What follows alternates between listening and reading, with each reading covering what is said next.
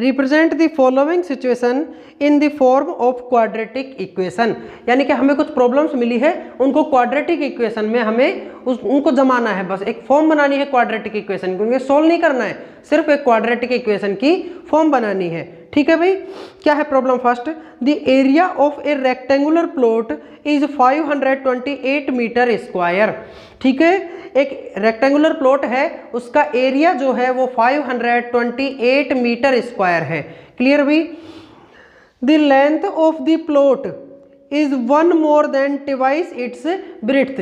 जो rectangular plot की जो लेंथ है वो ब्रेड्थ से 2 टाइम्स से 1 ज़्यादा है। ठीक है, 2 टाइम्स से 1 ज़्यादा है। अब ना तो हमें लेंथ पता है और ना ही हमें ब्रेड्थ पता है। ठीक है, तो देखो भाई सॉल्यूशन मान लेते हैं, let breadth of a rectangular plot. ठीक है, हमने क्या मान ली है, x मान ली है। आ गई बात समझ में, x मीटर। क्लियर, क्या मान ली है भाई, x मीटर मान ली है। ठीक है भाई, अब देखो ये तो ब्रेड्थ हो गई, तो लेंथ क्या होगी भाई, length of a rectangular plot क्या हो जाएगी, वो कह रहा है ब्रेड्थ से 2 टाइम्स से, ब्रेड्थ कितनी है x, इसका 2 टाइम से 1 ज़्यादा है यानी +1, तो 2x + 1 मीटर क्या हो गई है, इसकी लेंथ हो गई है। आ गई बात समझ में। अब हमारे पास ब्रेड्थ भी हो गई है और हमारे पास लेंथ भी हो गई है, और हमें क्या गिवन है, हमें गिवन है एरिया। ठीक है, तो area of a rectangular plot, area of a rectangular plot. ठीक है, रेक्टेंगुलर प्लॉट भाई क्या होता है, लेंथ इंटू ब्रेड्थ। क्या होता है, लेंथ इंटू ब्रेड्थ। बताओ लेंथ, बताओ area of a rectangular plot हमें क्या गिवन है, 528। ठीक है, इक्वल होगा किसके, लेंथ कितनी है 2x + 1। ठीक है, मल्टीप्लाई, और ब्रेड्थ कितनी है x। क्लियर भाई। ठीक है, देखो मल्टीप्लाई करो क्या बनेगा, 528 इक्वल होगा x into 2x² x into 1x। Clear, इन दोनों को उठा के इधर ले आओ या इसको उठा के इधर ले जाओ तो क्या बनेगा, 2x² + x।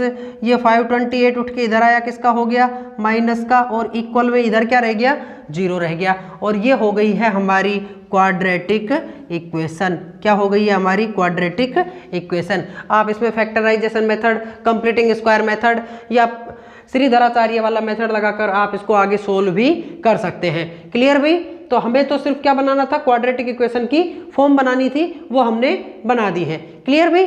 नेक्स्ट देखो, नेक्स्ट क्या है, सेकंड देखो भी नेक्स्ट क्या है, the product of 2 consecutive positive integer. The product मतलब multiply, 2 consecutive positive integer. Consecutive मतलब लगातार, पॉजिटिव मतलब धनात्मक, यानी कि 2 ऐसे लगातार धनात्मक पूर्णांक हैं, 2 लगातार, जैसे कि भाई 7 और 7 के बाद में क्या आएगा 8, दोनों लगातार हैं तो ऐसे नंबर है और दोनों प्लस के हैं। ठीक है, 2 लगातार पूर्णांक हैं, उन दोनों का सम कितना दे रखा है 306। उन दोनों का प्रोडक्ट मतलब मल्टीप्लाई कितना दे रखा है 306 दे रखा है। आ गई बात समझ में। ठीक है भाई, we need to find the integer. हमें वो इंटीजर बताने हैं कि वो इंटीजर कौन से हैं, यानी कि वो ये वाला इंटीजर है या ये वाला इंटीजर है। तो अब हमें पता ही नहीं है, तो हम देखो छोटे वाले को क्या मान लेते हैं, x मान लेते हैं। तो छोटे वाले के हिसाब से बड़े वाले के टुकड़े क्या होंगे, 7 + 1 होंगे। तो ये क्या बन जाएगा, 7 को तो हमने क्या मान रखा है x, और ये क्या है +1। तो हमारे 2 इंटीजर हो गए हैं, एक तो x और दूसरा हो गया है x + 1। ये दोनों इंटीजर हो गए कंसेक्यूटिव इंटीजर। क्लियर भाई। ठीक है, तो देखो लेट फर्स्ट इंटीजर हमने क्या मान लिया है, फर्स्ट इंटीजर हमने मान लिया है x। क्लियर, क्या मान लिया है, अभी हमने 2 इंटीजर बनाए थे, एक तो x और दूसरा x + 1। तो उसमें से हमने फर्स्ट तो क्या मान लिया x, एंड सेकंड क्या हो जाएगा सेकंड क्या हो जाएगा, सेकंड हो जाएगा x प्लस 1।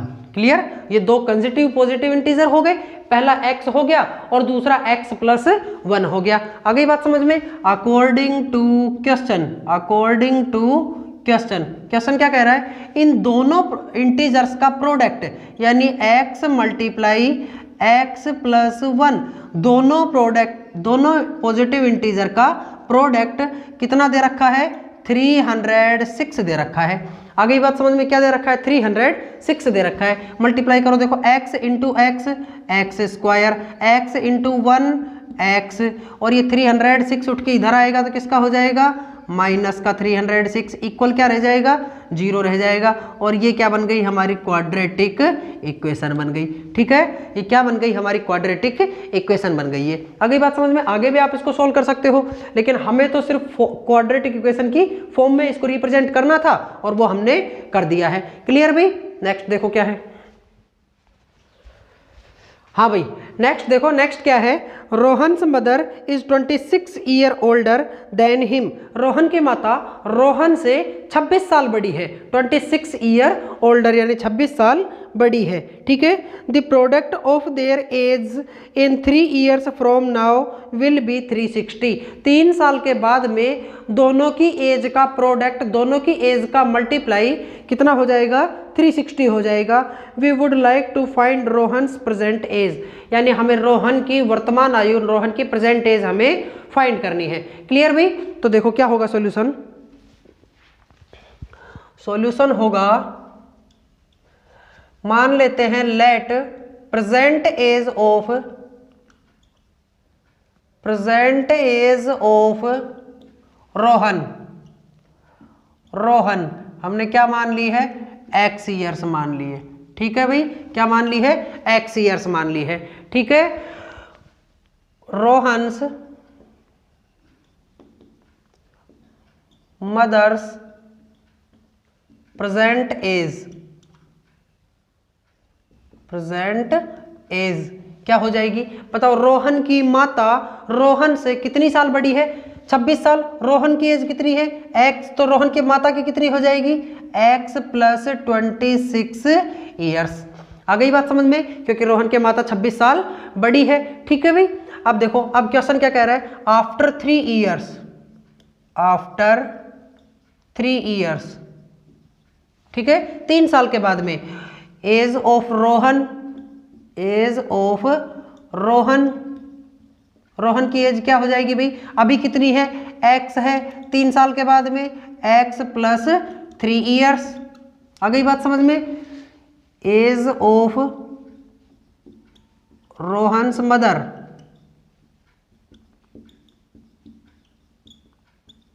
कितनी हो जाएगी भाई, रोहन्स की मदर की एज कितनी है, x प्लस 26, 3 साल के बाद में कितनी हो जाएगी, प्लस 3 ईयर्स। ठीक है भाई। तो इसको देखो प्लस करेंगे तो कितना बन जाएगा, x प्लस 26 प्लस 3, 29 ईयर्स।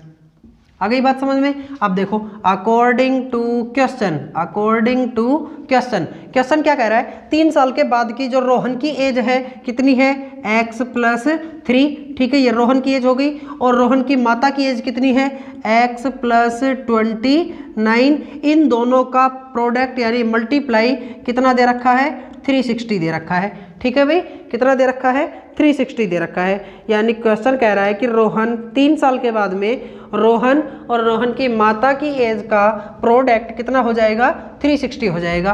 देखो मल्टीप्लाई करो, बताओ 2 ब्रैकेटों को कैसे मल्टीप्लाई करते हैं, पहले वाले इसके 2 टुकड़े कर लो, पहले वाले ब्रैकेट के 2 टुकड़े कर लो, पहले वाले टुकड़े को कंप्लीट से मल्टीप्लाई करो, यानी x प्लस 29, फिर दूसरे वाले टुकड़े को फिर कंप्लीट से करो, तो प्लस 3 को किससे मल्टीप्लाई करें, x plus 29 is equal to 360। Clear. देखो x into x, x square plus x into 29, 29x plus 3 into x, 3x plus 29 into 3, 87 is equal to 360। उठ के इधर आएगा तो किसका हो जाएगा, माइनस का। तो क्या बनेगा भाई, एक्स स्क्वायर प्लस 29 और 3, 32x प्लस 87 माइनस 360 इक्वल क्या हो गया 0, प्लस का था उठ के इधर आया तो किसका हो गया माइनस का। अब इसको सोल्व करो, देखो क्या बनेगा, x square plus 32x minus, देखो 360 में से 87 चले गए तो कितने बचे भाई, ये बच गए 273 इक्वल 0 के, और ये बन गई हमारी क्वाड्रेटिक इक्वेशन। क्लियर भाई, ये बन गई हमारी क्वाड्रेटिक इक्वेशन। नेक्स्ट देखो, नेक्स्ट क्या है, a train travel a distance of 480 kilometre at a uniform speed, यानी कि एक ट्रेन है वो 480 किलोमीटर का ट्रेवल करती है एक सामान्य चाल पर। ठीक है भाई, if the speed had been 8 kilometre per hour less, यानी यदि उसकी स्पीड को 8 किलोमीटर प्रति घंटा 8 किलोमीटर पर आवर उसको रिड्यूस कर दिया जाए, कम कर दिया जाए, then it would have take 3 hour more than to cover this same distance, यानी इसी डिस्टेंस को कवर करने में उसको 3 घंटे ज़्यादा लगेंगे फिर। ठीक है, अगर जैसे ही स्पीड को कम किया तो समय ज़्यादा लगेगा, पहुंचने में समय ज़्यादा लगेगा, और वो कितना ज़्यादा लगेगा, 3 घंटे का समय ज़्यादा लगेगा। हमें ट्रेन की स्पीड को फाइंड करना है। ठीक है, ट्रेन की स्पीड को हमें फाइंड करना है। तो देखो भाई क्या होगा solution, let speed of train हमने क्या मान ली है, x किलोमीटर पर आवर, हमने मान ली है। ठीक है, ट्रेन की स्पीड क्या मान ली है, x किलोमीटर पर आवर, और टोटल डिस्टेंस कितनी है भाई, टोटल डिस्टेंस कितनी है भाई, टोटल डिस्टेंस है 480 किलोमीटर। आ गई बात समझ में। ठीक है, अब देखो टाइम का फॉर्मूला क्या होता है, time is equal to distance upon speed, ये हमारा फॉर्मूला होता है। ठीक है, इसमें हम रख सकते हैं। अब क्वेश्चन कह रहा है कि यदि उसकी स्पीड को डिक्रीज कर दिया जाए, तो decreased speed of the train, ठीक है, कितनी कर दी जाए, कम भाई, पहले कितनी थी x किलोमीटर, कम कितनी कर दी जाए 8, तो x minus 8 kilometre per our हो गई अब स्पीड। ठीक है भाई, क्लियर। तो अब हमारे पास स्पीड, उसकी यूनिफॉर्म स्पीड भी है और कम की हुई स्पीड भी, दोनों चीजें हैं हमारे पास। तो अकॉर्डिंग टू क्वेश्चन, अब देखो ये क्वेश्चन कह रहा है कि जब ट्रेन की स्पीड को कम कर दिया जाता है तो जो ट्रेन है वो समय ज़्यादा लेती है, स्पीड को कम कर देंगे तो समय ज़्यादा लेगी, और अगर उसकी स्पीड तेज़ रहेगी तो वो समय कम लेगी। ठीक है, और वो कितना ज़्यादा समय लेती है, 3 घंटे। ठीक है, कितना ज़्यादा समय ले रही है, 3 घंटे। तो पहले हम इसको रखेंगे, देखो बताओ कम स्पीड से, यानी उसकी स्पीड को अगर 8 किलोमीटर पर आवर अगर लेस कम कर दिया गया तो उसकी स्पीड क्या हो गई, x माइनस 8, डिस्टेंस कितनी है 480, डिस्टेंस तो 480 है और स्पीड क्या है x माइनस 8, तो डिस्टेंस अपॉन स्पीड क्या हो गया, टाइम बन गया। अब ये हमारा क्या बन गया है, टाइम बन गया है, यानी कि स्पीड कम करने के बाद में जितना समय ट्रेन ले रही है वहां तक पहुंचने में, 480 किलोमीटर की डिस्टेंस को कवर करने में जितना समय ले रही है वो वाला टाइम है अब ये। ठीक है, और दूसरा क्या कह रहा है कि अगर 480 किलोमीटर को वो अपनी यूनिफॉर्म स्पीड से, यानी यूनिफॉर्म स्पीड कितनी है उसकी, x किलोमीटर यूनिफॉर्म स्पीड से जाती है, तो देखो ये भी डिस्टेंस और ये स्पीड, डिस्टेंस अपॉन स्पीड क्या होता है, टाइम, ये वाला भी टाइम बन गया। ये वाला तो वो वाला टाइम है जब स्पीड कम करने के बाद में जो ट्रेन समय ले रही है, और ये वाला वो वाला टाइम है जब स्पीड कम नहीं की थी, पहले जो उसकी यूनिफॉर्म स्पीड थी उससे जितना समय ले रही है ये वो वाला।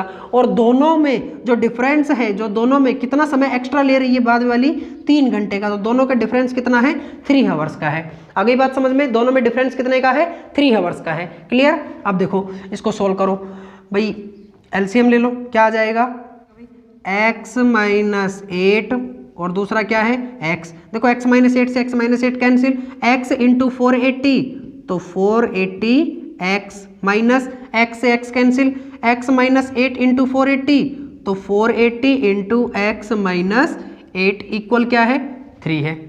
ठीक है भाई, सोल्व करो क्या बनेगा, 480x minus 480 into x, 480x minus into minus plus 480 into 8, 0 8 8 जा 64, 8 4 जा 32 और 6 38 8 clear, divide by x into x, x square, x into minus 8x equal है किसके 3 अपॉन नीचे 1 लगा लेंगे। ठीक है, अब देखो ये 480 प्लस का है, ये 480 माइनस का है, यानी प्लस के माइनस कैंसिल, मल्टीप्लाई करो, देखो 3 को तो करो एक्स स्क्वायर माइनस 8x से, तो क्या बनेगा 3x स्क्वायर, 3 8 जा 24x इक्वल हो जाएगा किसके 1 इंटू 3840, ये नंबर उठ के इधर आएगा तो किसका हो जाएगा माइनस का।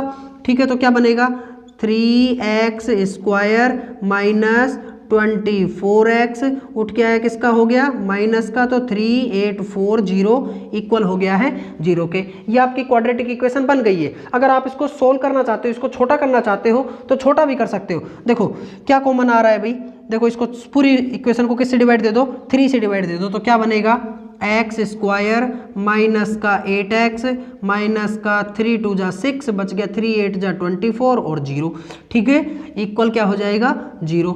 तो आपकी ये वाली क्वाड्रेटिक इक्वेशन भी हो जाएगी। क्लियर भाई, आप चाहे ऊपर वाली लिखो चाहे ये लिखो, दोनों एक ही बात है। ठीक है भाई, तो ये हमारी क्या बन गई है क्वाड्रेटिक इक्वेशन बन गई है। क्लियर भाई, तो आई होप सबको समझ आ गया होगा। अगर आपको वीडियो अच्छी लगी हो तो वीडियो को लाइक करें और हमारे चैनल को सब्सक्राइब करें। Thank you.